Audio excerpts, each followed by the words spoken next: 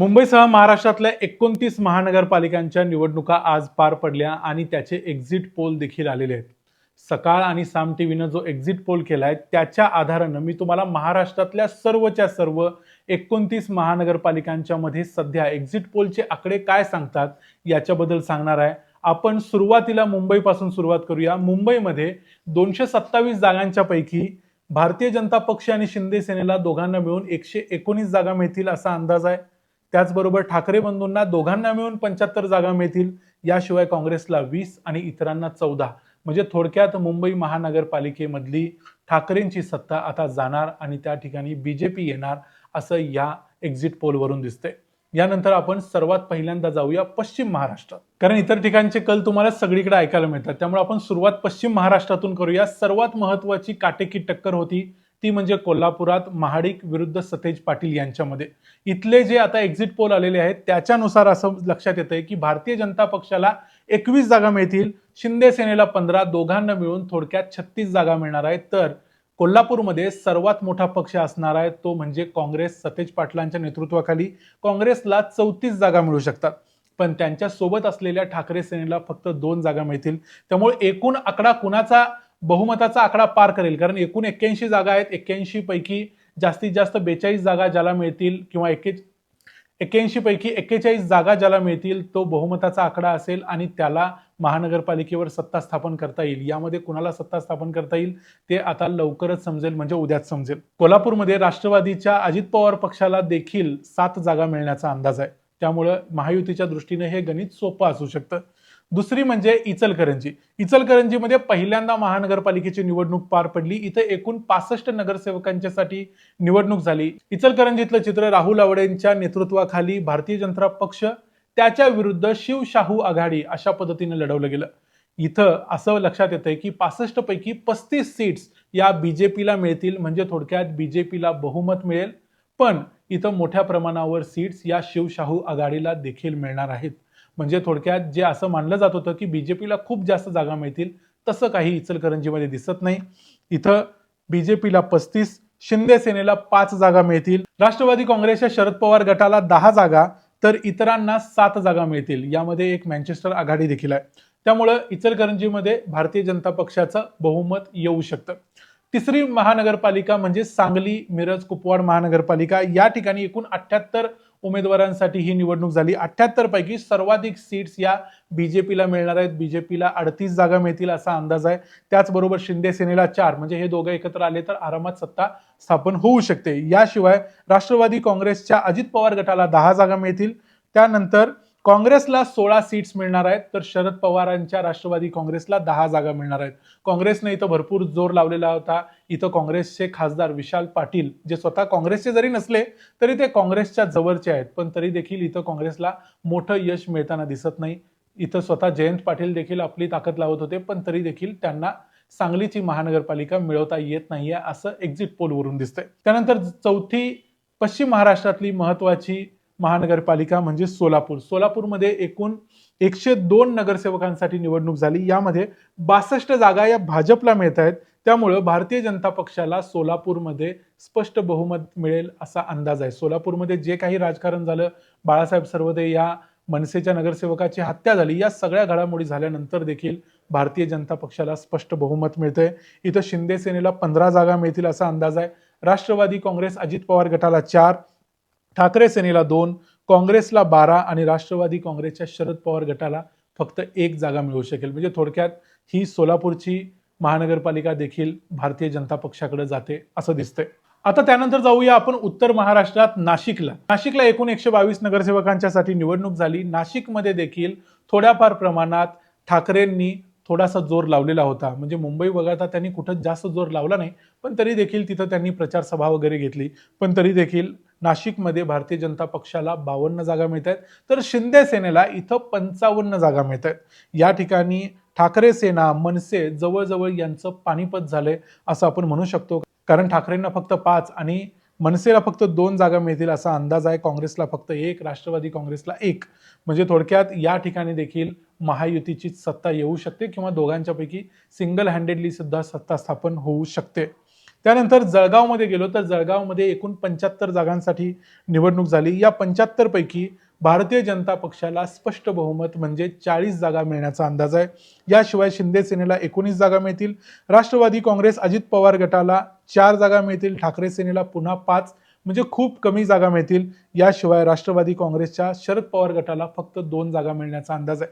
थोडक्यात जळगावची महानगरपालिका देखील ही भाजपलाच मिळेल असा अंदाज आहे. त्यानंतर धुळ्याची महानगरपालिका, इथं 74 नगरसेवकांच्यासाठी निवडणूक झाली, त्यापैकी 38 जागा भारतीय जनता पक्षाला मिळतील. म्हणजे इथं देखील स्पष्ट बहुमत बीजेपीला मिळेल असा अंदाज आहे. यामध्ये शिंदेच्या सेनेला देखील 11 जागा मिळण्याचा अंदाज आहे. राष्ट्रवादी काँग्रेसच्या अजित पवार गटाला 4 जागा मिळतील, काँग्रेसला 6 आणि राष्ट्रवादींच्या शरद पवार गटाला फक्त 3 जागा मिळण्याचा अंदाज आहे. म्हणजे थोडक्यात ही महानगरपालिका देखील भारतीय जनता पक्षाकडेच जाताना दिसते आहे. यानंतर उत्तर महाराष्ट्रातली आणखी एक महत्वाची महानगरपालिका ती म्हणजे मालेगावची. मालेगावमध्ये थोडासा वेगळा निकाल लागलाय.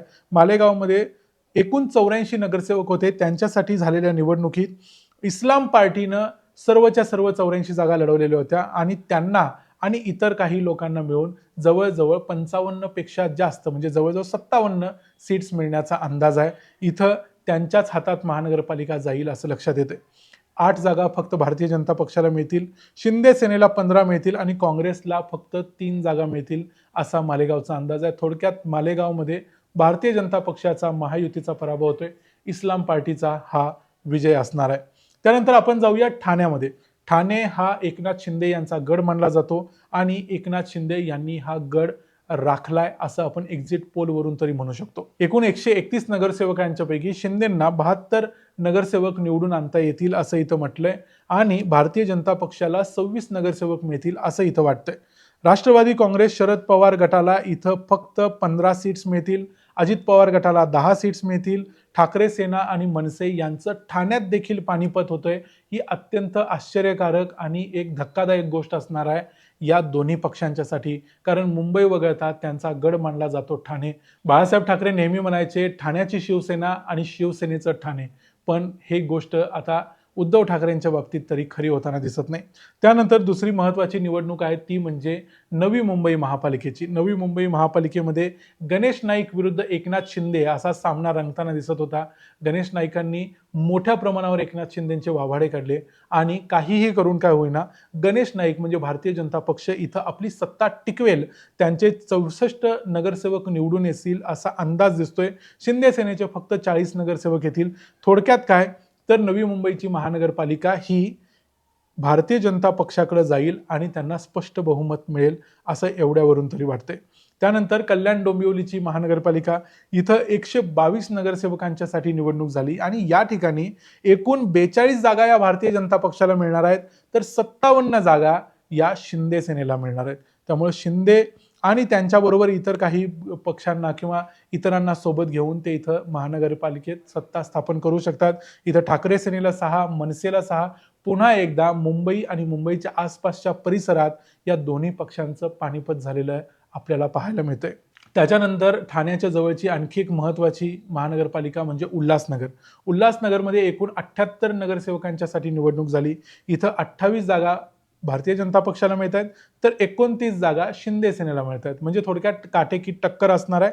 त्यानंतर राष्ट्रवादी अजित पवार गटाला 4, ठाकरे सेनेला 1, मनसेला 2, काँग्रेसला 2, म्हणजे थोडक्यात इतर सर्व पक्षांचं जवळजवळ निग्लिजिबल परफॉर्मन्स या ठिकाणी दिसतोय. त्यामुळे शिंदे सेना किंवा भाजप दोघांच्यापैकी ज्याचं गणित जमेल त्याची सत्ता उल्हासनगरमध्ये येऊ शकते. त्यानंतर आपण जाऊया पनवेलमध्ये. पनवेलमध्ये परत एकदा भारतीय जनता पक्षाला रिसाउंडिंग विक्ट्री म्हणजे एक जबरदस्त असं यश मिळतंय. एकूण 78 नगरसेवकांच्या पैकी 47 नगरसेवक म्हणजे जवळजवळ 60% जास्त नगरसेवक हे भारतीय जनता पक्षाचे येत आहेत.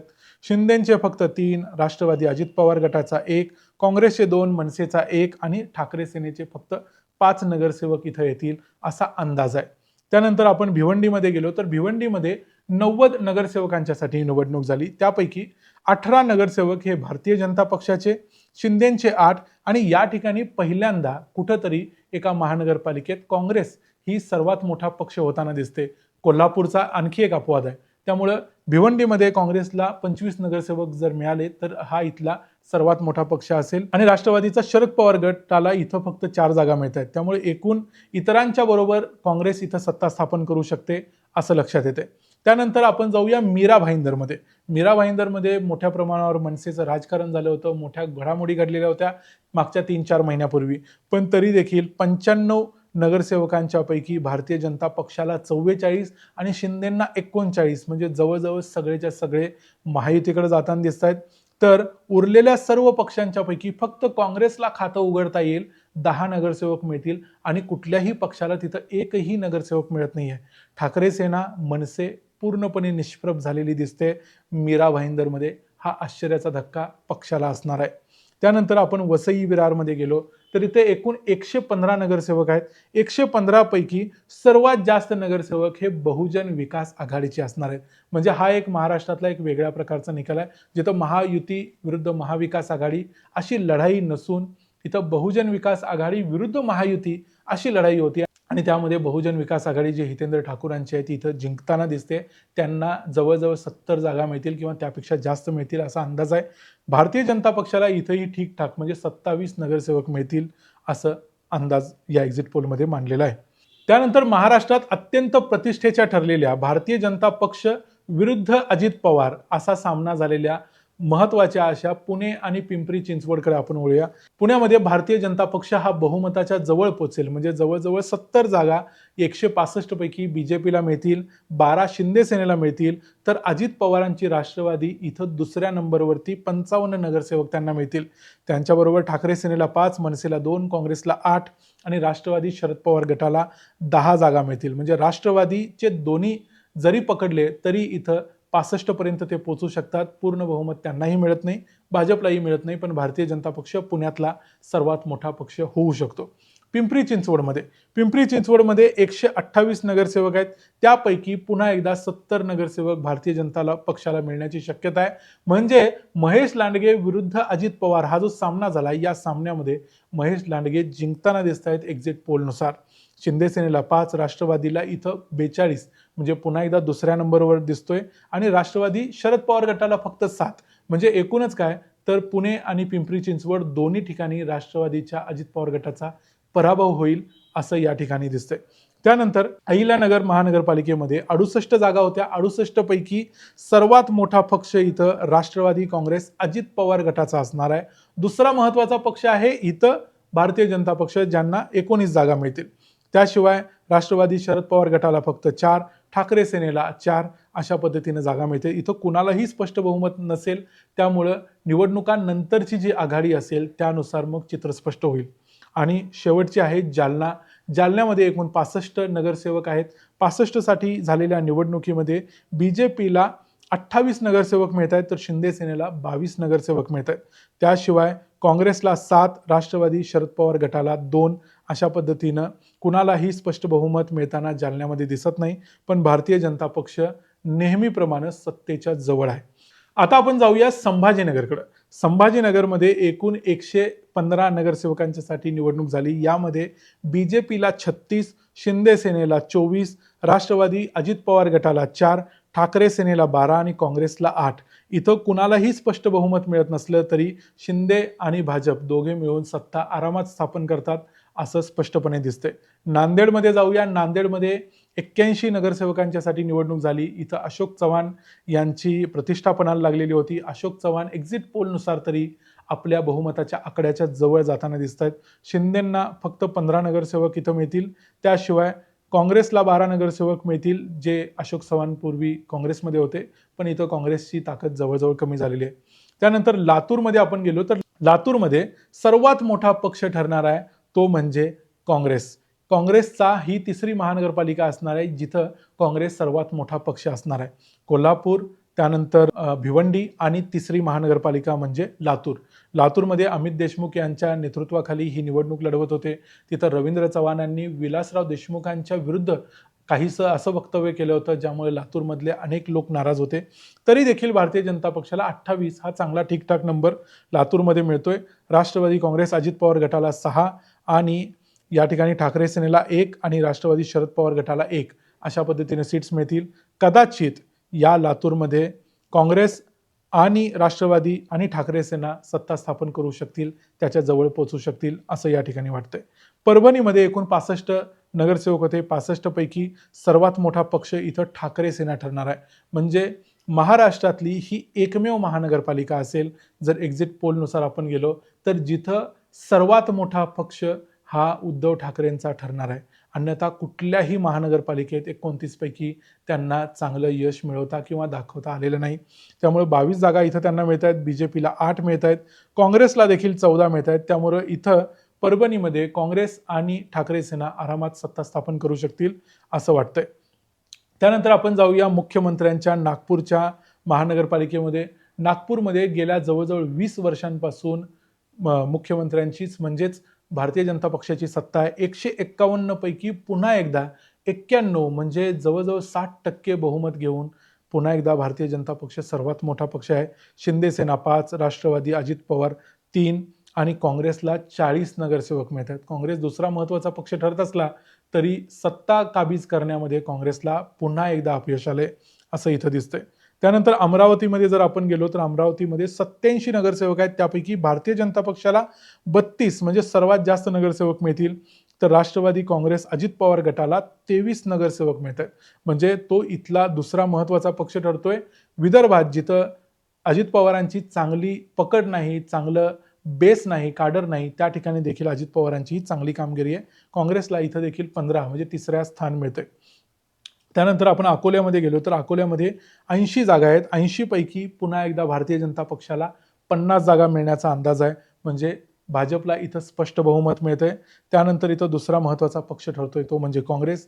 काँग्रेसला 12 आणि इतरांना 4, 5, 3, 2 अशा किरकोळ जागा मिळणार आहेत. त्यामुळे जास्त काही फरक या निवडणुकीमध्ये पडणार नाही. आणि शेवटची महानगरपालिका या 29 पैकी आपली आहे ती म्हणजे चंद्रपूरची. चंद्रपूरमध्ये एकूण 66 नगरसेवक आहेत. त्यामध्ये सर्वात मोठा पक्ष ठरतोय काँग्रेस. काँग्रेस 32 नगरसेवक इथं निवडून आणू शकतो. भारतीय जनता पक्ष 19 राहील. इथं सुधीर मुनगंटीवारांची प्रतिष्ठा पणाला लागलेली होती. त्यांचं भारतीय जनता पक्षामधलं स्थान देखील थोडंसं त्यांना सपोर्ट मिळत नाही आहे पक्षाकडून, अशा पद्धतीची तक्रार त्यांनी केली होती. या सगळ्याचा परिणाम इथं दिसतोय आणि काँग्रेस चंद्रपूरमध्ये जिंकताना दिसते. म्हणजे चंद्रपूरमध्ये काँग्रेसचा जो विजय आहे तो काँग्रेसचा एकूण महानगरपालिकांच्या मध्ये बघितला तर 29 पैकी ही 4थी महानगरपालिका आहे जिथं काँग्रेस सर्वात मोठा पक्ष आहे. जरी कुठल्याही महानगरपालिकेत ते स्पष्ट बहुमतापर्यंत पोहोचले नसले तरी 4 हाही वाईट आकडा नाही असं आपण सध्याचा काँग्रेसचा एकूण जर परफॉर्मन्स बघितला तर आपण म्हणू शकतो. हे होते महाराष्ट्रातले सकाळ आणि साम यांनी एकत्र केलेल्या आकडेवारीनुसार, एक्झिट पोलनुसार जे काही आकडेवारी होती ती महाराष्ट्रातल्या संपूर्ण 29 महानगरपालिकांची. यांच्याबद्दल तुमचं काय मत आहे? तुमच्याकडं कोण जिंकणार आहे? या एक्झिट पोलला तुमचं समर्थन आहे की हे तुम्हाला पटत नाहीत? तुमच्याकडं कोण जिंकू शकतं, कुणाला विजय मिळू शकतो ते आम्हाला कमेंट्समध्ये जरूर सांगा. व्हिडिओ आवडला असेल तर व्हिडिओला लाईक करा, चॅनलला सबस्क्राईब करा. पुन्हा भेटू पुढच्या व्हिडिओमध्ये. तोपर्यंत पाहत राहा द मराठी बाणा. जय हिंद, जय महाराष्ट्र.